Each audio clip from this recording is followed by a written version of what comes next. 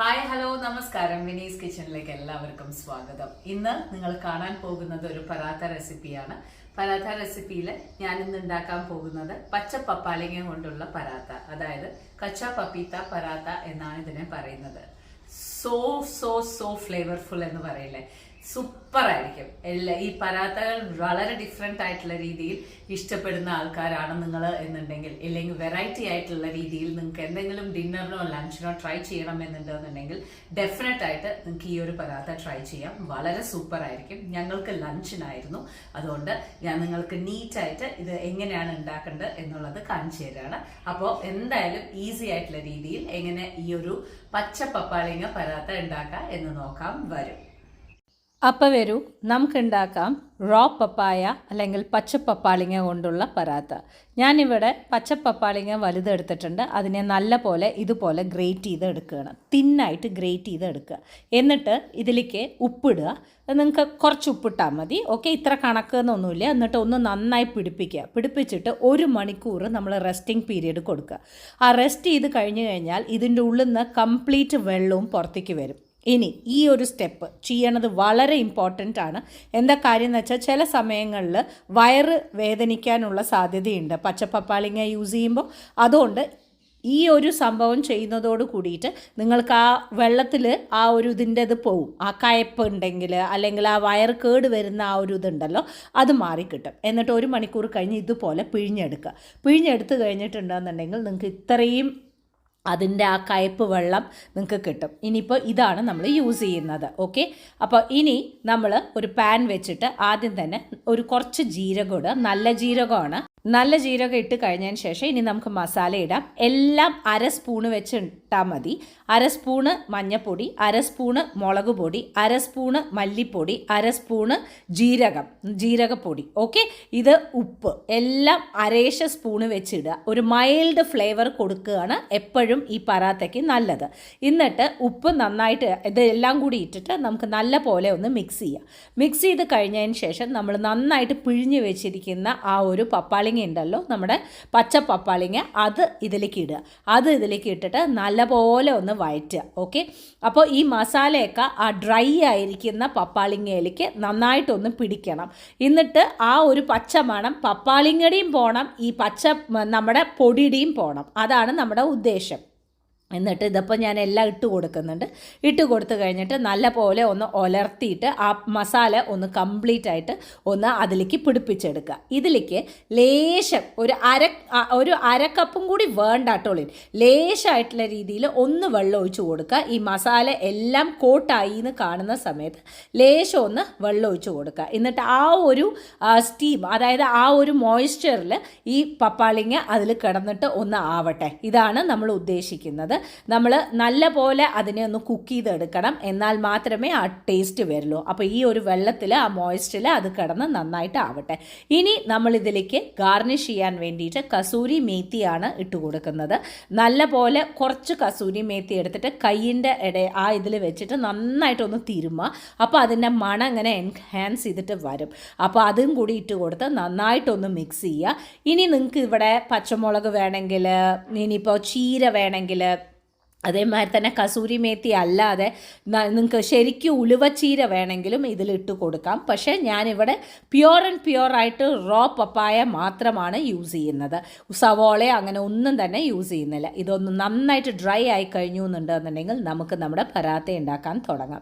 സാധാരണ പോലെ ഗോതമ്പ് മാവ് കുഴച്ച് വയ്ക്കുക. എന്നിട്ട് വലിയൊരു ഉരുള എടുക്കുക. എന്നിട്ടാണ് നമ്മൾ ഇതിനെ ഉള്ളിൽ സ്റ്റഫ് ചെയ്യാൻ പോകണം. ഇപ്പം നമ്മുടെ സ്റ്റഫിങ് റെഡി ആയിരിക്കുകയാണ്. ഇനി നമുക്ക് പരാത്ത എങ്ങനെയാണ് ഉള്ളിൽ വെച്ചിട്ട് ഉണ്ടാക്കുക എന്നുള്ളത് നോക്കാം. കുറച്ചൊരു വലിയ സൈസ് ബോൾ തന്നെ എടുത്തോളൂ. എന്നതിന് ശേഷം ഇതിലേക്ക് 2-2.5 സ്പൂണോളം, ഞാൻ ചെറിയ സ്പൂണാണ് എടുത്തിരിക്കുന്നത്, അതുകൊണ്ട് തന്നെ ഒരു 3 സ്പൂണോളം നമ്മുടെ ഈ ഒരു ഫില്ലിങ് വെച്ച് കൊടുക്കേണ്ട. ആറിയിട്ടുണ്ട് കേട്ടോളൂ. ഫില്ലിങ് ചൂടോടുകൂടി വെച്ച് കൊടുക്കരുത്. ആറിയിട്ടുള്ള ഈ ഒരു ഫില്ലിങ് വെച്ചിട്ട് ഉള്ളിലേക്ക് കംപ്ലീറ്റ് ആയിട്ട് കവർ ചെയ്യുക. നോക്കൂ, പരാത്ത ഉണ്ടാക്കാനൊന്നും ഇപ്പോൾ എനിക്ക് പറഞ്ഞു തരേണ്ട ആവശ്യമില്ല. എന്നുവെച്ചാൽ നിങ്ങളൊക്കെ ഉണ്ടാക്കുന്ന ഒരു കാര്യം തന്നെയാണ്. ആ ഫില്ലിങ് ഡിഫറൻസ് വരുന്നതാണ് ഇപ്പോൾ ശരിക്കും പറഞ്ഞാൽ കാണേണ്ടത്.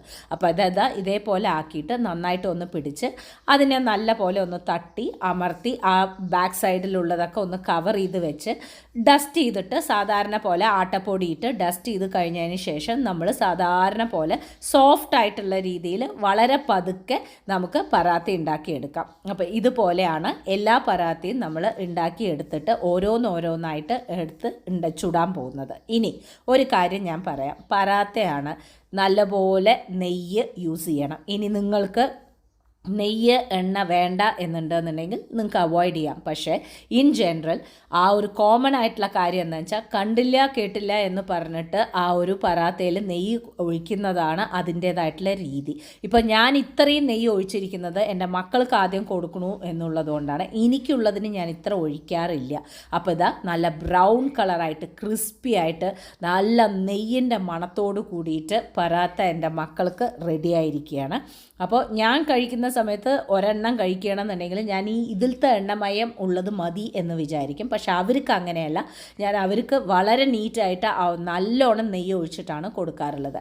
ഇവിടെ ഞാൻ ബൂന്തി റൈത്ത കൂടെ സെർവ് ചെയ്യുന്നുണ്ട്, പിന്നെ ടമാട്ടർ ചട്നിയാണ് സെർവ് ചെയ്യുന്നത്. ഇതിൻ്റെ കൂടെ നല്ല ടേസ്റ്റ് ഉണ്ടാവും. അതായത് എന്താ പറയുക, നമ്മുടെ കൈ കൊണ്ട് ഉണ്ടാക്കുന്ന ആ ഒരു പറാത്ത അല്ലെങ്കിൽ ഏതൊരു ഭക്ഷണമാണെങ്കിലും അത് മക്കൾക്ക് എത്ര വലിയ മക്കളായാലും നമുക്ക് വാരി കൊടുക്കുന്ന സമയത്ത് കിട്ടുന്ന ആ ഒരു സന്തോഷമുണ്ടല്ലോ, അതൊന്ന് വേറെ തന്നെയാണ്. എന്താ കാര്യം എന്ന് വെച്ചാൽ എങ്ങനെയാണ് ആ കോമ്പിനേഷൻ, അമ്മ കഴിക്കുമ്പോൾ മാത്രം എങ്ങനെ ആ കോമ്പിനേഷൻ വരുന്നു, ഞാൻ കഴിക്കുമ്പോൾ എന്തുകൊണ്ട് വരുന്നില്ല എന്നുള്ള പരാതിയാണ് എൻ്റെ മകൻ എപ്പോഴും ഉണ്ടാവാറുള്ളത്. അപ്പോൾ ഞാൻ അവന് പഠിപ്പിച്ചു കൊടുക്കുമായിരുന്നു, ഇതാ ഇങ്ങനെ നീ കഴിച്ചു നോക്ക്, ഇങ്ങനെ കഴിച്ചു നോക്ക് എന്നുള്ളത്. പിന്നെ ഓബ്വിയസ്ലി മനുവിന് കൊടുത്തു എന്ന് കണ്ടു കഴിഞ്ഞിട്ടുണ്ടെന്നുണ്ടെങ്കിൽ രണ്ടാമത്തെ ആൾക്ക് എന്തായാലും അത് നിർബന്ധപരമായിട്ട് കൊടുത്തിരിക്കണം എന്നുള്ളത് നിയമമാണ്. അതുകൊണ്ട് തന്നെ ഞാൻ അവനെ ഒട്ടും വിഷമിപ്പിച്ചിട്ടുണ്ടായിരുന്നില്ല. അവന് കൊടുത്തു കഴിഞ്ഞ ഉടനെ തന്നെ ഇവനും കൊടുത്തു. രണ്ടുപേരും എൻജോയ് ചെയ്ത് കഴിക്കുന്ന കാര്യമാണ് പറാത്ത. അതും ചൂടോട് കൂടിയിട്ട് നല്ല നെയ്യ് ഒഴിച്ച് അവർക്ക് കൊടുത്തു കഴിഞ്ഞിട്ടുണ്ടെങ്കിൽ അവർക്ക് ഭയങ്കര ഇഷ്ടമാണ്. ഞാൻ പലതരം ഫില്ലിങ് വെച്ചിട്ടാണ് പറാത്തകൾ ഉണ്ടാക്കാറുള്ളത്. മിക്സ്ഡ് വെജായിട്ടും ഗോബി പറാത്തയായിട്ടും മൂലി പറാത്തയായിട്ടും എല്ലാം ഞാനിങ്ങനെ ഉണ്ടാക്കി കൊടുക്കാറുണ്ട്. ഉച്ച നേരത്ത് പ്രത്യേകിച്ചിട്ട് ഈ സമ്മർ ടൈമൊക്കെ ഞാൻ പറാത്തയും അതേമാതിരി തന്നെ യോഗട്ടും ഒക്കെയാണ് കൊടുക്കാൻ ഞാൻ ശ്രമിക്കാറുള്ളത്. അങ്ങനെ ഞാൻ എല്ലാ പറാത്തയും ഞാൻ ഉണ്ടാക്കി. എന്താ കാര്യം എന്ന് വെച്ചാൽ അവിടെ ഓരോരുത്തരായിട്ട് ഇരുന്ന് കഴിക്കുകയായിരുന്നു. ഈവൻ ഞാൻ എപ്പോഴും എന്താണ് പറയുക, സൂസൻ അടക്കം ഭക്ഷണം കൊടുത്തു കഴിഞ്ഞിട്ട് ആ ലാസ്റ്റ് എന്നുള്ള നിലയിൽ മാത്രമേ ഞാനിരുന്ന് കഴിക്കാറുള്ളൂ. വീട്ടിലുള്ള എല്ലാവരും ഭക്ഷണം കഴിച്ച് കഴിഞ്ഞു എന്ന് ഉറപ്പ് വരുത്താറാണ് പൊതുവേ ചെയ്യാറ്. എല്ലാവർക്കും കൊടുത്തു കഴിഞ്ഞ് ഇരിക്കുമ്പോൾ കിട്ടുന്ന ഒരു സന്തോഷം ആർക്കും പറഞ്ഞാൽ മനസ്സിലാവില്ല.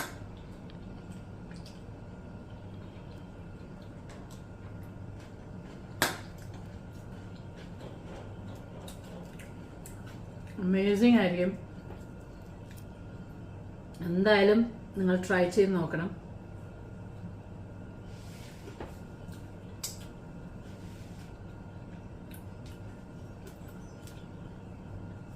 പച്ചപ്പപ്പാളിങ്ങ കൊണ്ട് ഇങ്ങനെയും ചെയ്യാൻ പറ്റുന്നുള്ളത് മനസ്സിലായില്ലേ?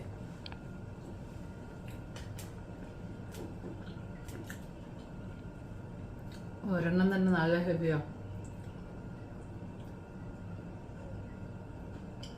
ഇതൊക്കെ കഴിച്ചു കഴിയുമ്പോഴേക്കും മതിയാവും.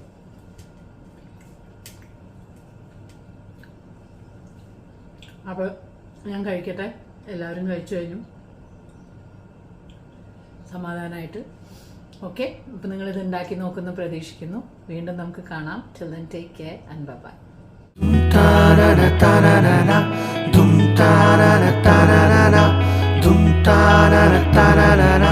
Vinny's Kitchen.